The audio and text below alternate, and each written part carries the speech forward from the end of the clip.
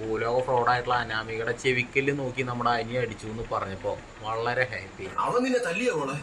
അനാമികയുടെ അച്ഛനായാലും അമ്മയായാലും അനാമിക ആയാലും അനന്തപുരി തറവാട് മുടിപ്പിച്ച് അവരെ പിച്ചപ്പാത്രം എടുപ്പിച്ചതിന് ശേഷം മാത്രമേ അവരവിടുന്ന് പോകത്തുള്ളൂ എന്നുള്ളൊരു വാശി തന്നെയാണ് ഇപ്പോൾ പോയിക്കൊണ്ടിരിക്കുന്നത്.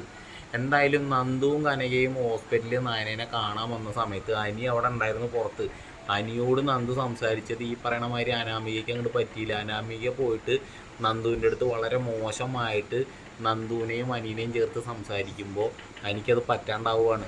ഒടുവിൽ അങ്ങോട്ട് ദേഷ്യം പുറത്തേക്ക് കാണിക്കുകയും ചെയ്തിട്ട് ഒറ്റ അടി അങ്ങോട്ട് വെച്ചാൽ കൊടുത്തു. അങ്ങനെ ആ അടിയും കൊണ്ട് നേരെ അനാമികയുടെ വീട്ടിൽ പോയിട്ട് അലമാരയുടെ കണ്ണാടിയിൽ ഇങ്ങനെ നോക്കി ഇങ്ങനെ സങ്കടപ്പെടുന്ന സമയത്ത് അനാമികയുടെ അമ്മ വന്നിട്ട് ചോദിക്കണം, എന്താ മോളെ അവിടെ ഒരു പാടെന്ന് ചോദിക്കുമ്പോൾ, പാടൊന്നും പറയണ്ട, ഇന്ന് ഹോസ്പിറ്റലിൽ നന്ദു വന്നിട്ടുണ്ടായിരുന്നു, അനിയടുത്ത് സംസാരിക്കുന്നുണ്ടപ്പോൾ ഞാൻ അവൻ്റെ അടുത്ത് ദേഷ്യപ്പെട്ടതാണ്, അവനത് പറ്റിയില്ല, അവൻ്റെ ചെവിക്കൽ നോക്കി അടിച്ചു എന്ന് പറയാനാണ്.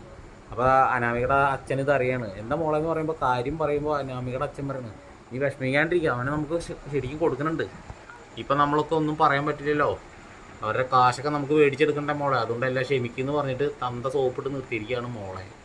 അതിനിടയ്ക്ക് നമ്മുടെ ആദർശ് കനകയെടുത്തും നന്ദുവിനോടും പറയുന്നുണ്ട്, ഈ പറയണ മാതിരി അനിയുടെയും അനാമികയുടെയും ജീവിതം നല്ല രീതിയിലൊന്നും അല്ല പോയിക്കൊണ്ടിരിക്കണത്, അവർ ഇപ്പോൾ കാണുമ്പോൾ കീരിയും പാമ്പ് പോലെ പോകണമെന്ന് പറയുമ്പോൾ കനക പറയണം, അതൊന്നും സാരല്ല മോനെ, അവർ ഇന്നില്ലെങ്കിൽ നാളൊക്കെ ശരിയാവും എന്ന് പറഞ്ഞിട്ട് കനക ഒന്ന് സമാധാനപ്പെടുത്താനട്ടാ. എന്തായാലും ദേവേനി അവിടെ കിടക്കുന്നുണ്ട്.